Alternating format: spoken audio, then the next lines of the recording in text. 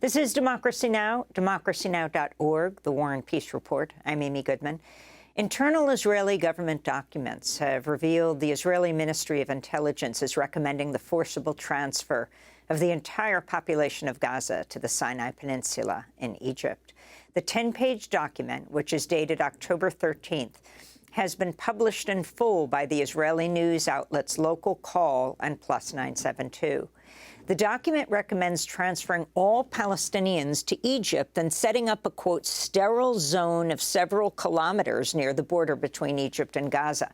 In addition, the document recommends Israel then prevent the, quote, return of the population to activities, residences near the border with Israel, unquote. Fears of a new Nakba, or catastrophe, have been growing ever since Israel ordered all Palestinians living in Gaza City and in North Gaza to vacate their homes and head south. On Monday, Palestinian UN Ambassador Riyad Mansour accused Israel of trying to depopulate Gaza. They want to depopulate the Gaza Strip completely from the entire population and throw them in the lap of Egypt in the Sinai Desert. No one should justify our killing or find reasons to give more time to the killer.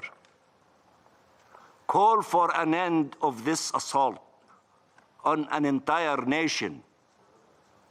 Stop the killings in the West Bank by settlers and occupation forces and the forced displacement underway there. We go now to Haifa in Israel, where we're joined by the Israeli historian Ilan Pappé. He's professor of history and the director of the European Center for Palestine Studies at the University of Exeter. He's the author of several books, including The Ethnic Cleansing of Palestine and History of Modern Palestine, One Land, Two Peoples, as well as The Idea of Israel, A History of Power and Knowledge. 50 years ago, Ilan Pappé fought in the Israeli military during the 1973 Arab-Israeli War, has since become a leading critic of Israel's occupation. Professor Pappé, welcome back to Democracy Now! If you can start off by talking about your take on what's happening today. You just heard the doctor in Gaza who just left Al-Shifa a few minutes ago. Yes, I think, Amy, it's good to be back on your program. Thank you for having me. I think what we are seeing now, what unfolds in front of our eyes, is a genocidal situation by which people are targeted, whether they are children, babies, in hospital or in schools. And this is a massive operation of killing, of ethnic cleansing, of depopulation. The pretext for that kind of savagery is revenge for what the Hamas did on the 7th of October. But I think the real intention here is not just revenge, but trying to exploit what happened on the 7th of October to create new realities and historical Palestine. You called it a new Nakba. I think that the Nakba has never really ended for the Palestinians, so it's a new horrific chapter in the ongoing Nakba that the Palestinians are suffering here. So this is really a horrific situation that can only be stopped from the outside, because there is no motivation inside Israel to stop the operations, nor to care more about the lives of innocent people, despite what the Israeli army claims to do in the field itself. I want to play a short clip of Prime Minister Netanyahu speaking over the weekend. You must remember what Amalek has done to you, says our Holy Bible, and we do remember, and we are fighting. Our brave troops and combatants who are now in Gaza or around Gaza and in all other regions in Israel are joining this chain of Jewish heroes, a chain that has started 3,000 years ago from Joshua ben Nun until the heroes of 1948, the Six-Day War, the 73 73 October War and all other wars in this country. Our hero troops, they have one supreme main goal: to completely defeat the murderous enemy and to guarantee our existence in this country. We've always said, never again. Never again is now. And I want to play Netanyahu from last night. Calls for a ceasefire are calls for Israel to surrender to Hamas, to surrender to terrorism, to surrender to barbarism. That will not happen. Can you respond to the Israeli Prime Minister, Professor Pappé? Yes, I think the main attempt here is to make sure that people do not understand the context in which the Hamas operation occurred, to totally dishistoricize that event, to forget about the 15 years of inhuman siege on Gaza, or 56 years of a ruthless occupation and ethnic cleansing in the West Bank, and 75 years of not allowing refugees to come back to their homes. I think this is an attempt to Nazify the Palestinians, which is not new, by the way. The Israelis every now and then use it. If you remember, Menachem Begin compared Yasser Arafat in the bunker in 1982 to Hitler in the bunker. The Nazification of the Palestinians is meant to, first of all, license Israeli policies without any consideration to international law or human rights, and secondly, to divert us from talking about the real issue here, which is not the Hamas or its actions on the 7th of October, but rather the situation that bred this kind of violence. Rather than talking about the symptom of violence, we should talk about the source of violence. And the source of violence has not changed. We have millions of Palestinians for years being oppressed, ruled and controlled by Israel, and they are fighting with the means that they have. And this is going to go on unless, of course, there is a willingness to go back to the negotiation table and ask why the violence erupted in the first place and what are the best ways to prevent another cycle of violence in the future. There's a second reason for Netanyahu's rhetoric. Of course, he doesn't want the Israeli media or the international community to deal with his own problems that were very acute before the 7th of October, and to say this is now a situation where you cannot at all, but this is a domestic issue, you cannot talk about me or my failures. This is a moment of existential threat to Israel, and therefore this kind of rhetoric will continue. And it's very dangerous, not to mention the fact that it abuses, when they use the Holocaust, it abuses the Holocaust memory, because with all the horror of what happened on the 7th of October, this is not the Holocaust, and there's no comparison between Palestinians who act after years of oppression and siege to Nazis who just target Jews because of they are Jews. There's no comparison. This whole language is not the one to be used.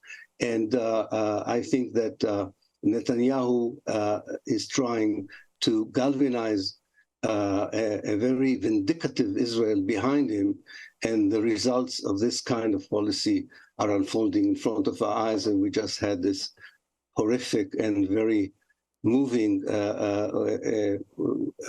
kind of report that you had with the doctor from Gaza before me.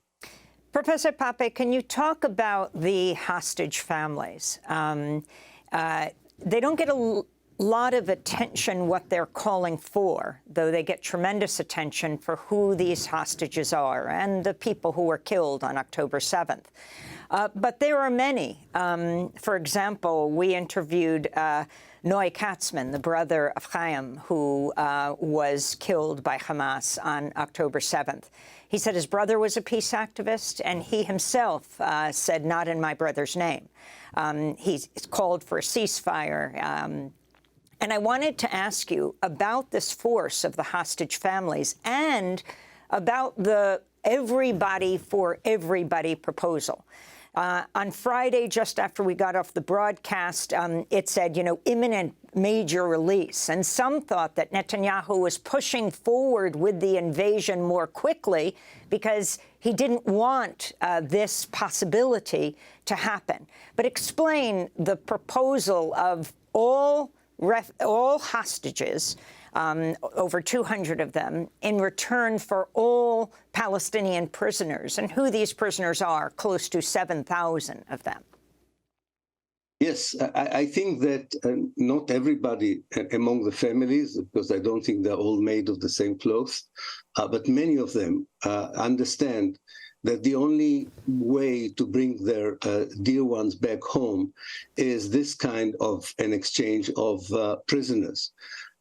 We're talking about thousands of Palestinians who are incarcerated in Israeli jails, many of them without trials, and the allegations against them vary from actual participation in guerrilla or violent actions against Israeli citizens or soldiers, and those who are incarcerated for being a member of a Palestinian organization.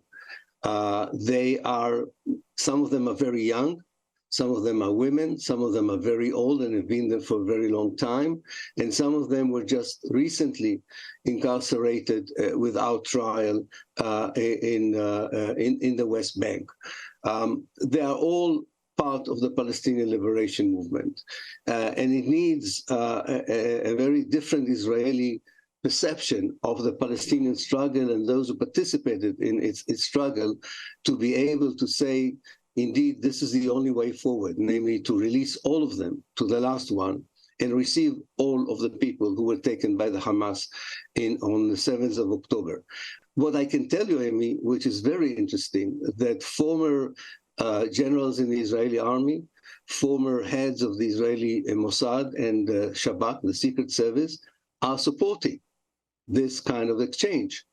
And this is a very important position that they are holding, and that may explain the fear on Netanyahu's side to let this issue extend longer, because the voices that are calling for such an exchange are not coming from the extreme Israeli left or the liberal Zionists. They're coming from some very powerful people who were heading some of Israel's most important institutions, such as the Mossad, the army, and the Secret Service.